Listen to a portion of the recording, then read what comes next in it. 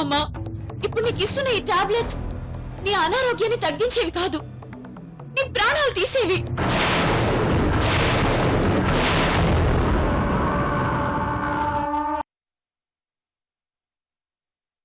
ఇవి డ్రగ్స్ అని కొంతమంది అంటున్నారు. ఇవి డ్రగ్సా కాదా అని మీరే చెప్పాలి.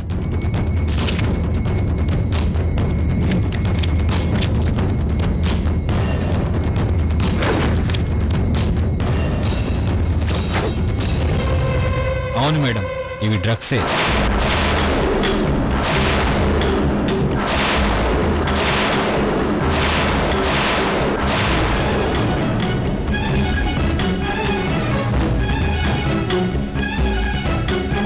డాక్టర్, ఇవి డ్రగ్సా? అవును మేడం. అంటే ఇవి మీరు రాసివ్వలేదా? లేదు మేడం, నేను రాసివ్వలేదు, ఫోన్లో చెప్పాను. ఏం చెప్పారు? ఈ మెడిసిన్స్ తీసుకోమని.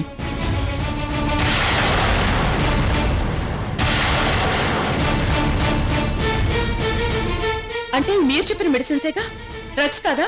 మేడం, ఎవరు చెప్పారు ఇవి డ్రగ్స్ అని?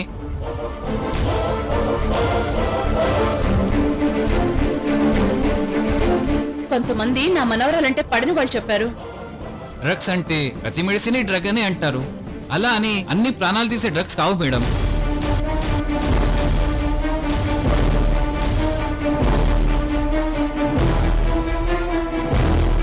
ఇవి నేను చెప్పిన మెడిసినే మేడం.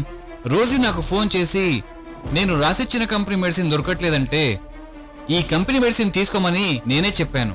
ఈ టాబ్లెట్స్ అన్నింటిలోనూ డ్రగ్ కాంబినేషన్ ఒకటే.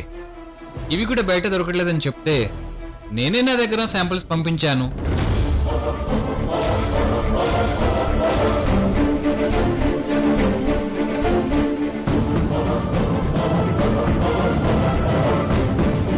సరే డాక్టర్, మీరు వెళ్ళండి. మా వాళ్ళు ఏదో అపోహపడ్డారు, అందుకే మీకు ఫోన్ చేయాల్సి వచ్చింది. సారీ. పర్వాలేదండి, ఉంటాను.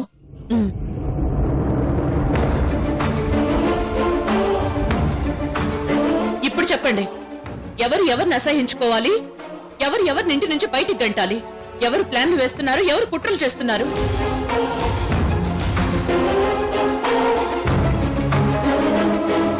ఒక్కదాన్ని చేసి ఇంతమంది నా మనవరాలి మీద కుట్ర పన్నుతారా? అసలు మీరు మనుషులేనా? నన్ను ప్రాణంగా ప్రేమిస్తున్న నా రోజీ నన్ను చంపడానికి ప్లాన్ వేసిందని ఇంత దారుణమైన నేరం మోపుతారా?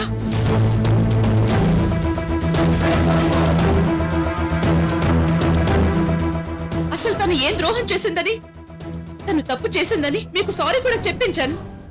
అయినా నా మనవరాల్ని నాకు దూరం చేయాలని చూస్తున్నారా? ఆఫీస్లో తను చేసింది తప్పేనని ఒప్పుకున్నాక తన జీవితానికి లెక్క కడతారా? రోజీ, అసలు ఏం జరిగిందంటే... ఆపండి. ఇంకా నమ్మించాలని చూస్తున్నారా? అంటే మీరు చెప్తే నేను ఇంకా నమ్ముతాననుకుంటున్నారా?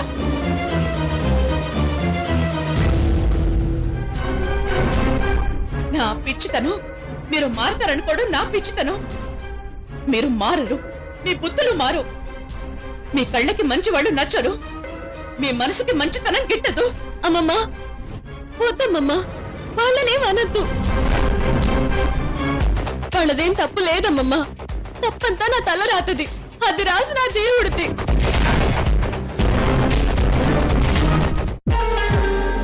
చిన్నతనం నుంచి ఇంతే అమ్మమ్మా. నేనేది ఇష్టపడతానో అది నాకు దక్కదు. నన్నెవరు ఇష్టపడతారో వాళ్ళ దగ్గర నేను ఉండను. నేనెవరిని ఇష్టపడతాను వాళ్ళు నాకు దూరం అయిపోతారు.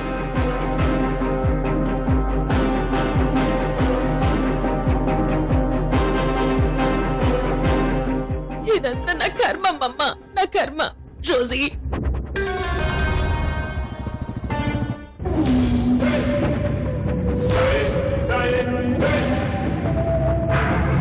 వద్దమ్మమ్మ, ఇంకెవ్వరికి అవకాశం ఇవ్వద్దు. మనమే దూరం అయిపోతాం అమ్మమ్మ. వద్దు రోజీ. ఇలా గంటకి గొడవలు పడుతూ పూటకి వీళ్ళ ప్లాన్స్ తప్పించుకోవడం కంటే అదే నయం అమ్మమ్మ. విడిపోదాం అమ్మమ్మ. మనం విడివిడిగానే ఉందాం. నన్ను పంపించే అమ్మమ్మ.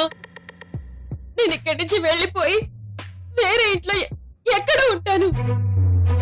వెళ్ళాల్సింది నువ్వు కాదు రోజీ.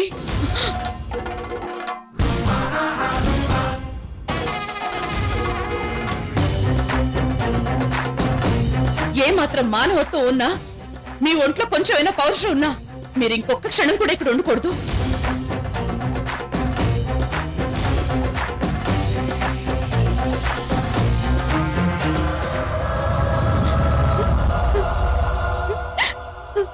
రోజీ,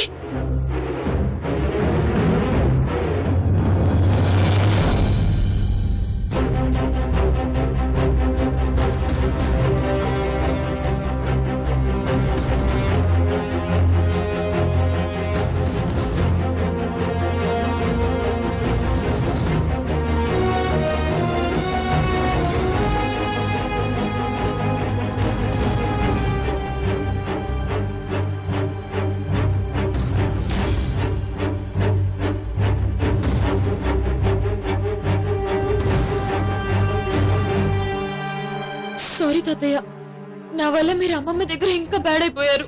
చచా అదేమి లేదమ్మా, నువ్వేం బాధపడు. అయినా మీ అమ్మమ్మ ఎప్పుడు ఏ విషయాన్ని సరిగా అర్థం చేసుకుందని ఈ విషయం అర్థం చేసుకోవడానికి. కానీ తాతయ్య. సర్లే రోజీ, ఈ విషయం ఇక్కడితో మర్చిపో. పద వెళ్దాం.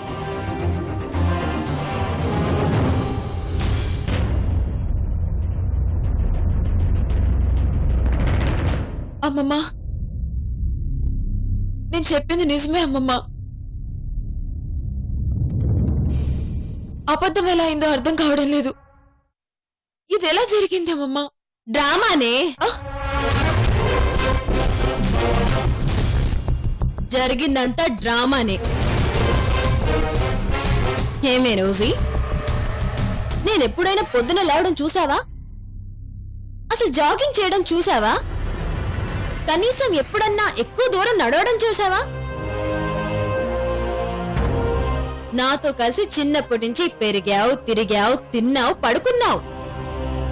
మరి నా బద్ధకం గురించి తెలుసు కూడా నేనంత పొద్దునే జాగింగ్ కి వచ్చానంటే ఎలా నమ్మావి నువ్వు? అది కాదే, మనం అమెరికాలో పెరిగాం కదా, మరి డ్రగ్స్ ఏ టైంలో అమ్ముతారో కూడా నీకు కొంచెం కూడా సెన్స్ లేకపోతే ఎలాగే? అక్కడ నన్ను చూడగానే, నా మాటలు వినగానే కామన్ సెన్స్ ని మర్చిపోయి, ఆహా ఇది దొరికేసింది, దీని అమ్మమ్మ దగ్గర బుక్ చేసేయచ్చు, దీనికి ఫ్లైట్ టికెట్ బుక్ చేయించి అమెరికాకి పంపించేయచ్చు అని చంకలు గుద్దుకుంటూ పరిగెత్తడమేనా? ఆలోచించక్కర్లేదా? అంటే ఆ కుర్రాడు, ఆ డాక్టర్ అంతా నీ ఏర్పాటేనా? డాక్టర్ చెప్పింది నిజమేనే, కానీ డాక్టర్ పంపించిన కుర్రాడిని నేను కొనేశాను. నేను చెప్పినట్టు నటించేటట్టు చేశాను. కేవలం నువ్వు నన్ను ఫాలో అవుతున్నావని తెలిసి. ఏయ్, ఇది ఇక్కడితో అయిపోతుందని అనుకోకు, ఇంకా ఉంది. ముందు ముందు చాలా ఉంది. వెళ్ళు, వెళ్ళి నేనిచ్చే స్ట్రోక్ కోసం ఎదురు చూస్తూ ఉండు.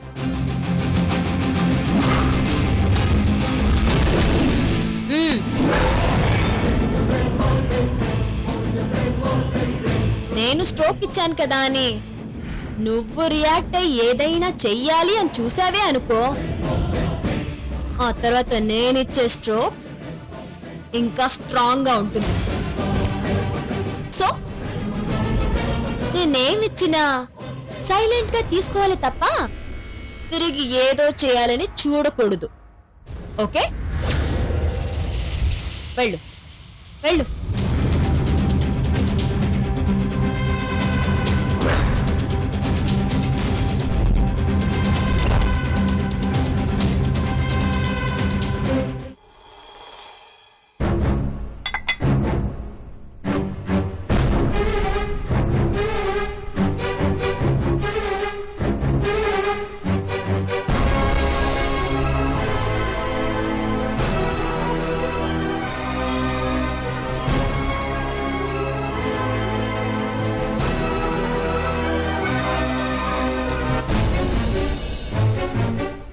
మేడం.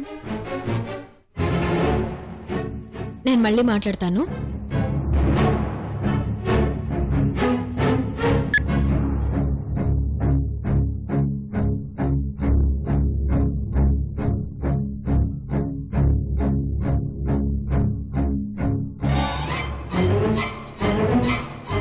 ఎస్, చెప్పండి. నేను జైల్ సెంట్రీ మేడం. దమయంతి గారు పంపించారు.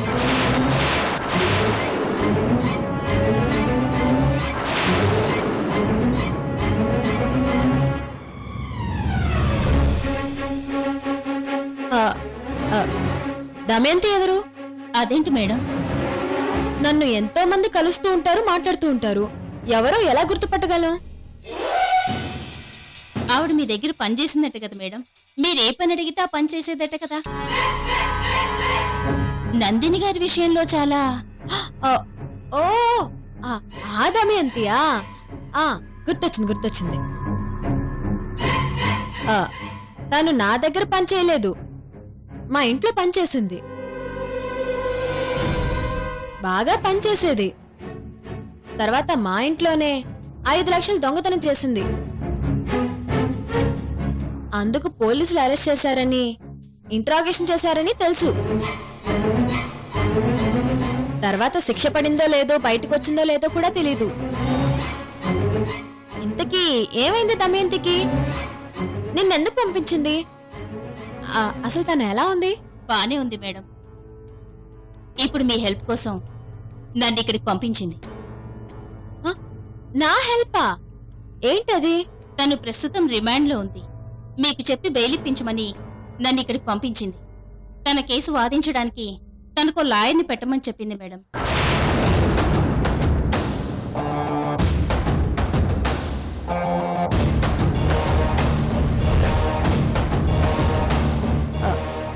తనకి నేనెందుకు బెయిల్ ఇప్పిస్తాను?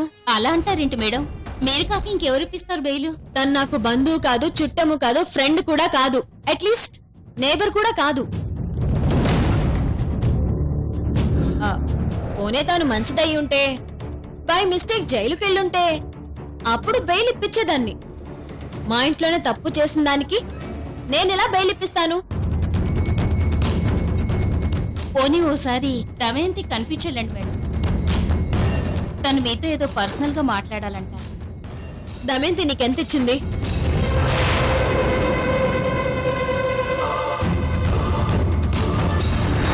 మేడం, ఏం మాట్లాడుతున్నారు మీరు? తను నాకు డబ్బులు ఇవ్వడం ఏంటి? అది డబ్బులే అవ్వక్కర్లేదు మేడం. ఏదో మీ ఇంటి మనిషి కదా అని మీ దగ్గరికి వచ్చాను. నాకేం తెలుసు మీరింత రివర్స్ మనుషులని? పాపం ఆడది కదా, హెల్ప్ చేద్దాం అనుకుంటే మీరు నన్నే అనుమానిస్తున్నారే. నాకు అనుమానం. ఏంటి మేడం అది? నువ్వు జైలుకొచ్చిన ప్రతి ఆడదానికి ఇలాగే హెల్ప్ చేస్తూ ఉంటావా, లేక దమయంతికి మాత్రమే చేస్తున్నావా? నేను వెళ్తున్నాను మేడం. ఆవిడ చెప్పమన్న విషయం మీకు చెప్పాను. ఆ తర్వాత మీ ఇష్టం. ఏమే దమయంతి, నీకెంత ధైర్యమే? నీ బెయిల్ కోసం, నువ్వు బయటికి రావడం కోసం నన్ను జైల్లో పడేద్దాం అనుకున్నావా? ఇంటి దగ్గర నేనున్నాను కాబట్టి ఓకే, లేదంటే అమ్మమ్మకి మ్యాటర్ అంతా తెలిసిపోయేది కదా. తప్పు చేసావు దమయంతి, తప్పు చేసావు. నీకు బెయిల్ ఇప్పించి బయటికి తీసుకురావడం కాదు, ఇంకా పెద్ద కేసులు ఇరికించి పర్మనెంట్ గా లోపలెయ్యాలి. రోజీ, ఏంటమ్మమ్మా? ఎవరు వచ్చింది? మన ఇంట్లో దొంగతనం చేసిన దమయంతి గురించి ఎంక్వైరీ చేయడానికి వచ్చారు. ఓహో,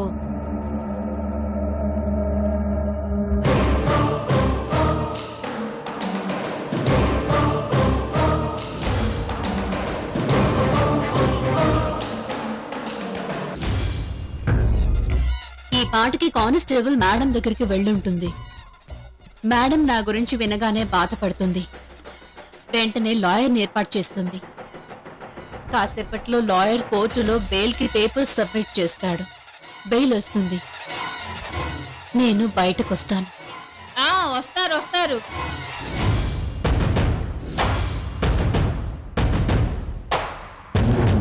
పాపం నిన్ను బయటికి తీసుకొద్దామనే అక్కడ అందరూ వెయిట్ చేస్తున్నారు. అవునా? నా గురించి మేడం వచ్చారా? ఏరి మేడం ఎక్కడున్నారు? అసలు ఇంత పిచ్చిదానివి కాబట్టే ఆవిడ నిన్ను బాగా వాడుకున్నారు. అంటే అంటే మేడం రాలేదా? వస్తారని పగటి కలలు కనకు. అయినా అంత పెద్ద బంగ్లాలో ఉండేవాళ్ళు నీలాంటి పూరి గుడిసె దాని దగ్గరికి ఎందుకు వస్తారు? ఏయ్, నీ కంటికి ఎలా కనిపిస్తున్నాను? జైల్లో ఉన్నాను కదా అని చులకనగా మాట్లాడకు. రేపు మళ్ళీ డ్యూటీకి రాలేవు. అంటే అలాంటి వాళ్ళని నమ్మకూడదని చెప్తున్నానమ్మా. అసలు నీలాంటి వాళ్ళు అలాంటి వాళ్ళకి విరిగిపోయిన లాఠీ లాంటి వాళ్ళు. పనికొచ్చినంత కాలం పాడుకుంటారు, పనికి రాదనుకుంటే పక్కకి తోసేస్తారు. అస్సలు పట్టించుకోరు. నువ్వేమో ఆ నందిని పేరెత్తితే చాలు ఆవిడ కంగారు పడిపోతుంది అంటావు. నేనేమో ఆవిడ కొంచెం కంగారు పడినా బంధించేసి పేలిపించేయచ్చు అనుకున్నాను. కానీ ఆవిడ కంగారు పడటం కాదు కదా, నన్నే భయపెట్టింది. నా మీద రివర్స్ అయిపోయి చెమటలు పట్టించేసింది. కాసేపు ఉంటే నేనే దొరికిపోతానేమోనని భయపడి వచ్చేశాను. అమ్మమ్మమ్మ, అలాంటి ఆడదాన్ని నా సర్వీస్లోనే చూడలేదు. ఇదిగో, నువ్వు గిఫ్ట్గా ఇచ్చిన ఉంగరం నువ్వే పెట్టుకో. లేదంటే ఈ పనికి ఇంకెవరైనా ఒప్పుకుంటే వాళ్ళకివ్వు. వస్తా. చూడు దమయంతి, ఆవిడ నీకు బెయిల్ ఇవ్వడం కాదు కదా, నీకు శిక్ష పడితే నిన్ను చూడటానికి కూడా రాదు.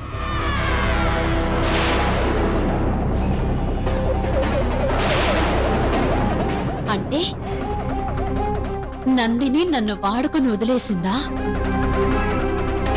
ఇప్పుడు నేను నేరస్తురాలనేనా? నేను జైలు శిక్ష అనుభవించాల్సిందేనా? No no! నన్ను మోసం చేసిన తర్వాత ఆ నందిని చేసిన నేరాన్ని నేనెందుకు మోస్తాను? తానే మోసేలా చేస్తాను. ఈ దమయంతి అంటే ఏంటో నేను చూపిస్తాను నందిని. ఇప్పటి వరకు నీకు ఫేవర్ గా ఉన్న దమయంతినే చూసావు, ఇప్పుడు ఫైర్ అయ్యే దమయంతిని చూస్తావు. వస్తా. నువ్వు రాకపోయినా నేనే బయటకు వస్తా. Wait for some time.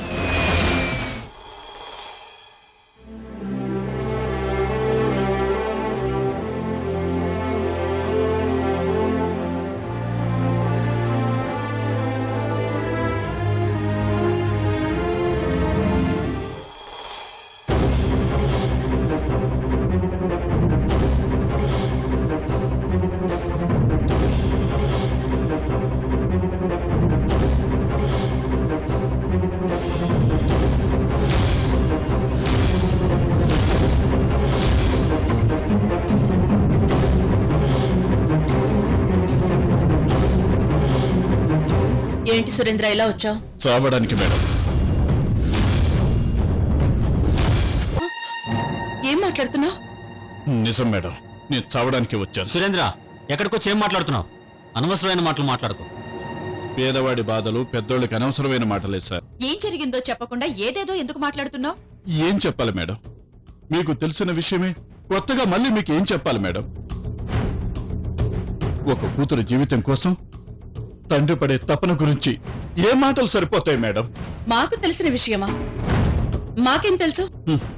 మీ ఇంటి ఆయన నా ఇంటి ఆడపిల్ల జీవితానికి చేసే అన్యాయం గురించి మీకు కొత్తగా ఏం చెప్పమంటారు మేడం?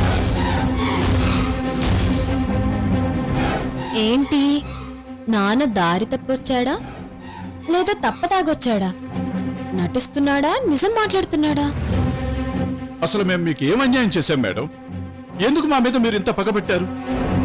మీలాంటి కోటీశ్వరులకి ఆడుకోవడానికి నా కూతురు జీవితమే దొరికిందా? సురేంద్ర, అరవండి మేడం. మీరెంత గట్టిగా అర్చనా నేను భయపడ్ను.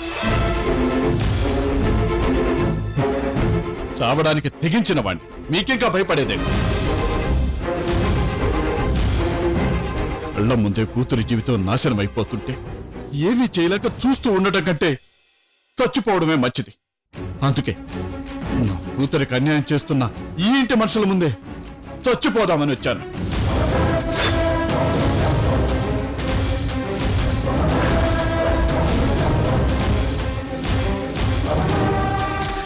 ఇప్పుడే మీ కళ్ళ ముందే చచ్చిపోతాను. సురేంద్ర, వదులు. ఆపండి. సురేంద్ర, వదులు. ఏంటి పిచ్చి పని? వదలండి. సురేంద్ర, నేను చచ్చిపోవాలి. వదులు. నన్ను వదలండి.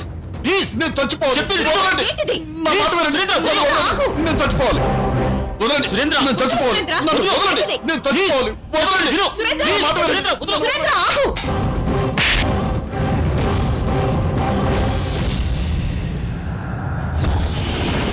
లోకి రోజులకి వెంటనే పెళ్లి జరిగిపోవాలి.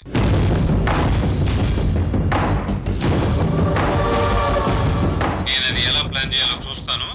నువ్వు లోకి రోజులకి చెప్పి వాళ్ళని ప్రిపేర్ చేయి.